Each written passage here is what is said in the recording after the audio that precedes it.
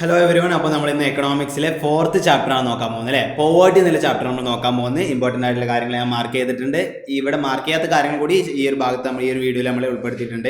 Important ആയിട്ടുള്ള കാര്യങ്ങൾ characteristics of poor, categorisation of poverty, causes of poverty, പിന്നെ 8 മാർക്കിന് ക്വസ്റ്റ്യൻ വരുന്ന policies and programmes for poverty alleviation അല്ലേ.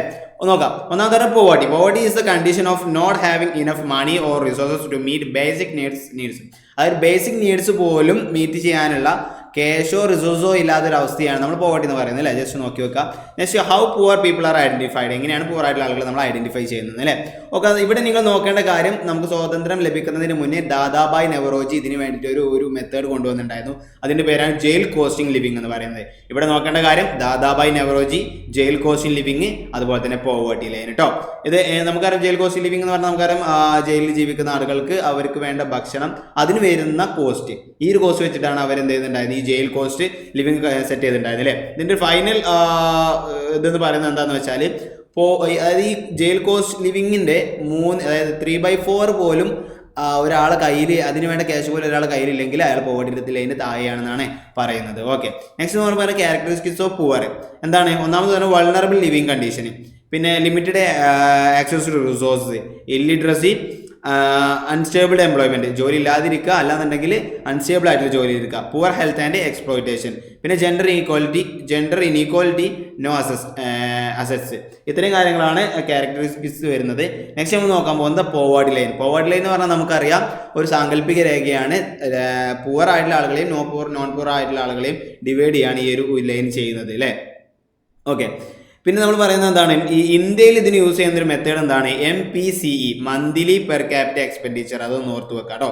അതായത് മന്ത്ലി ഒരാൾക്ക് കഴിക്കേണ്ട ഭക്ഷണത്തിന് വരുന്ന കലോറി, ആ കലോറിക്ക് വേണ്ട കോസ്റ്റ്, അതാണ് ഇവിടെ നമ്മൾ മെഷർ ചെയ്യുന്നത് കേട്ടോ. പിന്നെ ഈ ഒരു പോവർട്ടി ലൈനിന്റെ ഒരു നെഗറ്റീവ് പോയിന്റ് എന്നാണ് ക്വസ്റ്റ്യൻ വരാൻ നിങ്ങൾ ചിന്തിക്കേണ്ട കാര്യം എന്താ വെച്ചാൽ, പോവർട്ടി ലൈൻ എന്ത് ചെയ്യുന്നുള്ളൂ, പോവർട്ടി ലൈനിന്റെ മേലെ വരുന്നൊരു ദരിദ്രരല്ല എന്നും താഴെ വരുന്നത് ദരിദ്രരാണെന്നും മാത്രമേ ചെയ്യുന്നുള്ളൂ. അല്ലാതെ അതിന്റെ സബ് കാറ്റഗറീസ് അതിൽ മെൻഷൻ ചെയ്യുന്നില്ല എന്നാണ് അതിന്റെ ഒരു പോരായ്മ. ഇനി നമുക്ക് അതിന്റെ സബ് കാറ്റഗറീസ് എന്തൊക്കെയാണെന്ന് നോക്കാം കേട്ടോ. ഏതൊക്കെയാണ്, ക്രോണിക് പുവർ, ട്രാൻസിറ്റ് പുവർ, അതുപോലെ തന്നെ നോൺ പുവർ അല്ലേ. ഓരോ നമുക്ക് ഗ്രാഫ് വെച്ച് ക്വസ്റ്റ്യൻ നോക്കാറുണ്ട്. അപ്പോൾ ഈ ഗ്രാഫ് പഠിച്ചു വെക്കാം കേട്ടോ. ഒന്നാമത് ആൾവേസ് പുവർ എന്ന് പറഞ്ഞാൽ എല്ലായ്പ്പോഴും പോവർട്ടി ലൈനിന്റെ താഴെയുള്ളവരാണ് അല്ലേ. എല്ലാ സമയത്തും അവർ പുവർ ആയിരിക്കും. യൂഷ്വലി പുവർ എന്ന് പറഞ്ഞാൽ അവർ സാധാരണയായിട്ട് പുവർ ആണ്. ചില സമയങ്ങളിൽ അവരെന്ത് ചെയ്യുന്നത്, പോവർട്ടി ലൈനിന്റെ മുകളിൽ വരാറുണ്ട്. നമ്മുടെ സീസണൽ വർക്കേഴ്സിനൊക്കെ ഇതിന് ഉദാഹരണമായിട്ട് നമുക്ക് പറയാം. നെക്സ്റ്റ് പറയുന്നത് ചേർണിംഗ് പുവർ എന്ന് പറഞ്ഞാൽ പോവർട്ടി ലൈനിന്റെ മുകളിലും താഴെയുമായിട്ടായിരിക്കും അവരുടെ ഒരു സാമ്പത്തിക നിലവാരം വരുന്നത്. അവരെയാണ് നമ്മൾ ചേർണിംഗ് പുവർ എന്ന് പറയുന്നത് അല്ലേ. ഒക്കേഷണലി പുവർ എന്ന് പറഞ്ഞാൽ സാധാരണയായിട്ട് അവർ ദാരിദ്ര്യ രേഖകൾക്ക് മുകളിലാണ്. പിന്നെ ചില ബാഡ് ലക്ക് കാരണം, എന്തെങ്കിലും പ്രകൃതി ദുരന്തങ്ങൾ കാരണം അവർ പോവർട്ടി ലൈനിന്റെ താഴെ വരാറുണ്ടാകുന്നതാണ് പറയുന്നത്. നെക്സ്റ്റ് എന്ന് പറഞ്ഞാൽ നെവർ പുവർ. അവർ ഇതുവരെ പോവർട്ടി എന്താണെന്ന് അറിഞ്ഞിട്ടില്ല, പോവർട്ടി ലൈനിന്റെ താഴെ ഇതുവരെ വന്നിട്ടില്ല. അവരാണ് നെവർ പുവർ, നോൺ പുവർ എന്ന് നമ്മൾ പറയുന്നത് അല്ലേ.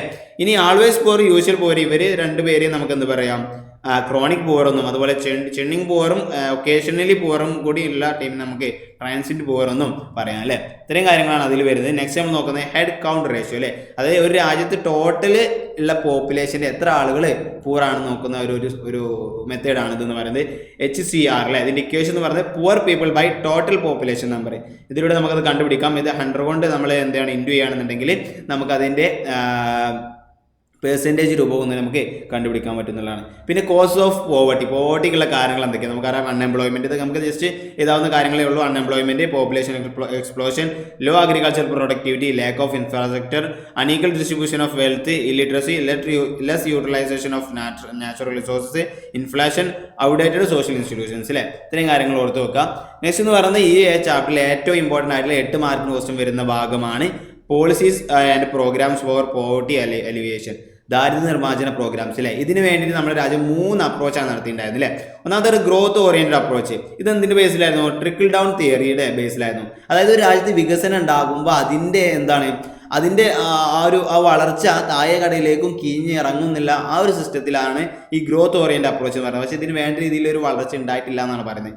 അപ്പോൾ നമ്മൾ പിന്നീട് ഡെവലപ്പ് ചെയ്ത മറ്റൊരു തിയറിയാണ്, മറ്റൊരു അപ്രോച്ചാണ് എംപ്ലോയ്മെന്റ് ആൻഡ് ഇൻകം ജനറേഷൻ. ഇത് എന്താണ്, പുള്ളപ്പ് തിയറിയുടെ ബേസിൽ, അതായത് താഴെ കടയിലെ ആളുകളിലേക്ക് ഇറങ്ങിച്ചെന്ന് അവർക്ക് വേണ്ട ജോലി കാര്യങ്ങൾ നൽകിയിട്ട് അവർ ഉയർത്തിക്കൊണ്ടുവരിക എന്നുള്ളതാണ് ഇതിൽ പറയുന്നത്. മൂന്നാമത് പ്രൊവൈഡിങ് മിനിമം ബേസിക് അമ്യൂണിറ്റീസ്, അതായത് മിനിമം ജനങ്ങൾക്ക് വേണ്ടിയിട്ടുള്ള അടിസ്ഥാന സൗകര്യങ്ങൾ സെറ്റ് ചെയ്യുന്ന പ്രോഗ്രാമായിരുന്നു ഇതെന്ന് പറയുന്നത്. ഇങ്ങനെ ഈ 3 അപ്രോച്ചുകൾ ഉണ്ടെങ്കിൽ കൂടി 3 കാറ്റഗറൈസ് ആയിട്ടായിരുന്നു പ്രോഗ്രാമുകൾ നമ്മൾ കൊണ്ടുവന്നിട്ടുണ്ടായിരുന്നത്. ഒന്നാമത് സെൽഫ് ആൻഡ് വേജ് എംപ്ലോയ്മെന്റ്, അതായത് ആളുകൾ ജോലി നൽകിയിട്ടുള്ളത്. ഫുഡ് സെക്യൂരിറ്റി പ്രോഗ്രാംസ് അവിടെ ഭക്ഷണത്തിൽ ഉറപ്പുവരുത്തിയിട്ട്. സോഷ്യൽ സെക്യൂരിറ്റി പ്രോഗ്രാം, അതായത് അവിടെ സാമൂഹിക സംരക്ഷണം ഉറപ്പുവരുത്തിയിട്ടുള്ളത് അല്ലേ. ഓരോന്ന് നമുക്ക് നോക്കാം. ഒന്നാമത് അതായത് self employment and wage employment പ്രോഗ്രാമിൽ ഒരു 7 പ്രോഗ്രാംസ് വരുന്നുണ്ട്. ഈ 3 കാറ്റഗറൈസിലും അതിൽ ഓരോന്നിലും നിശ്ചിത എണ്ണം പ്രോഗ്രാംസ് വരുന്നുണ്ട്. അതിലൊരു 4 എണ്ണം നിങ്ങൾ ഡീറ്റെയിൽ ആയിട്ട് പഠിച്ചു വെക്കാം. ബാക്കിയുള്ളതിൻ്റെ ഫുൾ ഫോമിങ്ങിലും ജസ്റ്റ് ഒന്ന് അറിഞ്ഞു വെക്കാം ചേട്ടോ. ഇവിടെ നമ്മൾ ജസ്റ്റ് ഒന്ന് മെൻഷൻ ചെയ്ത് പോകുന്നേ ഉള്ളൂ. ഓക്കെ, ഒന്നാമതെന്ന് പറഞ്ഞത് REGP, അതായത് റൂറൽ എംപ്ലോയ്മെന്റ് ജനറേഷൻ പ്രോഗ്രാം അല്ലേ. അത് റൂറൽ ഏരിയയിലെ ആളുകൾക്ക് എംപ്ലോയ്മെന്റ് നൽകുന്ന പ്രോഗ്രാം ആയിരുന്നു പറയുന്നത്. നെക്സ്റ്റ് PMRY, അതായത് പ്രൈം മിനിസ്റ്റേഴ്സ് റോസ്ഗാർ യോജന അല്ലേ. അതായത് സെൽഫ് എംപ്ലോയ്മെന്റ് ആണ്. ലോ ഇൻകം ഫാമിലീസ്, അതായത് സാമ്പത്തികമായി പിന്നോക്കം നിൽക്കുന്ന ഫാമിലീസ്, അതുപോലെ തന്നെ എന്താണ് എഡ്യൂക്കേറ്റഡ് ആണ് പക്ഷെ അവർക്ക് ജോലിയില്ല, അങ്ങനത്തെ ആളുകൾക്കാണ് PMRY എന്ന് പറയുന്നത്. പിന്നെ SJSRY, അതെന്താണ് സ്വർണ്ണ ജയന്തി ഷഹാരി റോസ്ഗാർ യോജന അല്ലെ. സെൽഫ് എംപ്ലോയ്മെന്റും വേജ് എംപ്ലോയ്മെന്റും ആണ്, അർബൻ ഏരിയയിലെ ആളുകൾക്കാണ് അല്ലെ. പിന്നെ SJSY സ്വർണ്ണ ജയന്തി ഗ്രാം സ്വരോസ്ഗാർ യോജന അല്ലെ. സെൽഫ് ഹെൽപ്പ് ഗ്രൂപ്പുകൾ, നമ്മുടെ കുടുംബശ്രീ ഒക്കെ പറയുന്ന പോലെ അവർ സെൽഫ് ഹെൽപ്പ് ഗ്രൂപ്പുകൾ ഉണ്ടാക്കിയിട്ട് അവരുടെ ഇടയിൽ തന്നെ അവർ നിശ്ചിത കുറി പോലത്തെ കാര്യങ്ങളൊക്കെ വെച്ചിട്ട് പെട്ടെന്ന് ഒരാൾക്ക് ആവശ്യം വരുമ്പോൾ ക്യാഷ് കൊടുക്കുന്ന അങ്ങനെ ഒരു സിസ്റ്റം ആയിരുന്നു നമ്മുടെ കുടുംബശ്രീ ഒക്കെ പോലത്തെ SGSY എന്ന് പറയുന്നത് അല്ലേ. നെക്സ്റ്റ് പറഞ്ഞാൽ NREGP, ഇത് വളരെ ഇമ്പോർട്ടൻ്റ് ആയിട്ടുള്ളതാണെന്ന് നല്ല ശ്രദ്ധിച്ചു നോക്കാം കേട്ടോ. National rural employment guarantee programme അല്ലേ. നമ്മുടെ തൊഴിലുറപ്പ് പദ്ധതിയൊക്കെ ആണ് ഇതിവിടെ പറയുന്ന കാര്യം കേട്ടോ. ഇതിന്റെ ഇപ്പോഴത്തെ പേര് എന്ന് പറയുന്നത് എന്താണ് MJNREGP, അതായത് Mahatma Gandhi national rural employment guarantee programme അല്ലേ. ഇത് national rural employment guarantee act 2005 ആ ഒരു ആക്ടിന്റെ കീഴിലാണ് ഈ പ്രോഗ്രാം വന്നിട്ടുണ്ടായിരുന്നത്. എന്നാണ് ഒരു വർഷത്തിൽ 100 ദിവസം ഉറപ്പായ ജോലി നൽകുക എന്നുള്ളതാണ് ഈ പ്രോഗ്രാം കൊണ്ട് ഉദ്ദേശിക്കുന്ന തൊഴിലുറപ്പ് നമ്മൾ പറഞ്ഞു അല്ലേ. നെക്സ്റ്റ് എന്ന് പറഞ്ഞാൽ JRY എന്ന് പറഞ്ഞാൽ ജവഹർ റോസ്ഗാർ യോജന, അതായത് എംപ്ലോയ്മെന്റ് റൂറൽ ഏരിയയിലെ ആളുകൾക്ക്. അതുപോലെ NRY എന്ന് പറഞ്ഞാൽ നെഹ്റു റോസ്ഗാർ യോജന, അത് എംപ്ലോയ്മെന്റ് തന്നെയാണ് അർബൻ ഏരിയയിലെ ആളുകൾക്ക് അല്ലേ. നെക്സ്റ്റ് നമ്മൾ പറയുന്നത് ഫുഡ് സെക്യൂരിറ്റി പ്രോഗ്രാംസ്. ഇതിലൊരു 5 പ്രോഗ്രാംസ് വരുന്നുണ്ട്, നമുക്ക് നോക്കാം അല്ലേ. ഒന്നാമത് PDS നമുക്കറിയാം, പബ്ലിക് ഡിസ്ട്രിബ്യൂഷൻ സിസ്റ്റംസ്, അതായത് റേഷൻ കടകളെ ആണ് ഇത് ഈ ഒരു പബ്ലിക് ഡിസ്ട്രിബ്യൂഷൻ സിസ്റ്റംസ് എന്ന് പറയുന്നത്. പിന്നെ ICDS എന്ന് പറഞ്ഞാൽ ഇന്റഗ്രേറ്റഡ് ചൈൽഡ് ഡെവലപ്മെന്റ് സ്കീം, അതായത് നമ്മുടെ അംഗനവാടികളിലൊക്കെ 6 വയസ്സിന് താഴെയുള്ള കുട്ടികൾക്കും അതുപോലെ അമ്മമാർക്കും പോഷകാഹാരം നൽകുന്നുണ്ട്. ആ ഒരു അതിനെയാണ് നമ്മൾ ICDS എന്ന് പറയുന്നത് അല്ലേ. പിന്നെ MDMS എന്ന് പറഞ്ഞാൽ മിഡ് ഡേ മീൽസ് അറ്റ് സ്കൂളുകളിൽ എന്ത് ചെയ്യുക, ഉച്ചഭക്ഷണം നൽകുന്ന ആ സിസ്റ്റത്തിന് MDMS എന്ന് പറയുന്നത്. പിന്നെ AS എന്ന് പറഞ്ഞാൽ അന്നപൂർണ സ്കീം, അതായത് ഫ്രീ ആയിട്ട് 10 കിലോ അരി നൽകുക, 10 kg ഫുഡ് ഗ്രെയിൻസ് നൽകുക.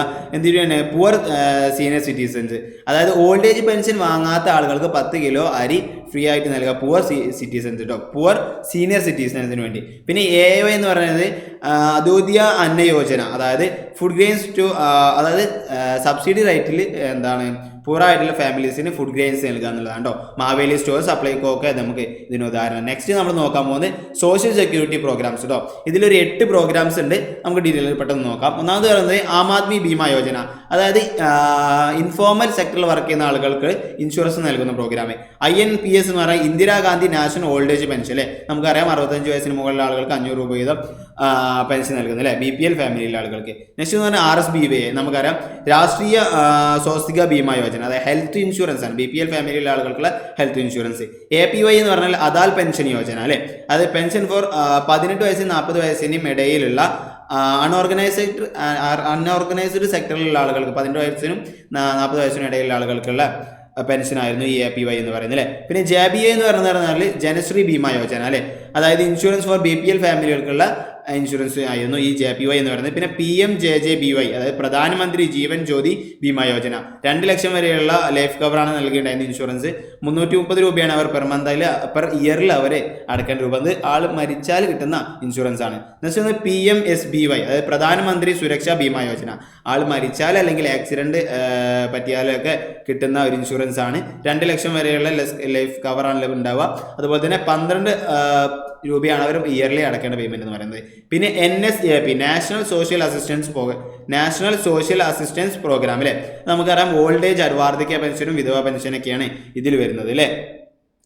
നെക്സ്റ്റ് നമ്മൾ നോക്കാൻ പോകുന്നത് ഇത്രയും കാര്യങ്ങളാണ് അതിൽ വരുന്നത്. ഇനി നമ്മൾ നോക്കാൻ പോകുന്നത് ഇത്രയും പ്രോഗ്രാംസ് കൊടുക്കുന്നുണ്ടെങ്കിലും കൂടി ഇതിൽ എന്തുണ്ടായിരുന്നു, കുറച്ച് പോരായ്മകൾ ഉണ്ടായിരുന്നു. Critical assessment of poverty alleviation programmes അല്ലേ. ഒന്നാമത് പറയുന്നത് resources allowed for various programmes are not sufficient.